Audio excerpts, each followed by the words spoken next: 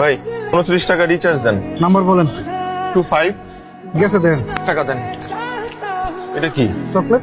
আরে ভাই বাংতি নাই, এইটাই রাখেন। আমি চকলেট খাই না ভাই, আপনি আমার 1 টাকাই দেন, আমি চকলেট নিব না। দেখেন ভাই, আমার দোকানে এইটাই 1 টাকা, এই চকলেটই 1 টাকা হিসেবে চলে। আপনি নিলে নেন, না নিলে বাড়ির যান তো।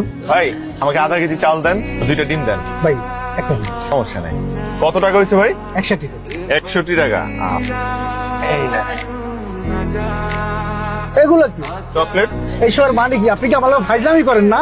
আশ্চর্য, আপনি না একটু আগে বললেন যে আপনার দোকানে 1 টাকা মানে চকলেট। কি ভাই বলে নাই? 61টা চকলেট মানে 61 টাকা। আপনি আমার দোকানের সাথে জীবনে আইবেন না। হ্যাঁ, ওই 13 নম্বর সেক্টর যাবেন? হ্যাঁ যাবো। কত নেবেন? আপনার লাগে 40 টাকা। 1 টাকা কম দিই, 39 টাকা দিই। 1 টাকা বাঁচায় কি করবেন আপনি? এই 1 টাকা বাঁচায় বাঁচায় একদিন লাখপতি হবো।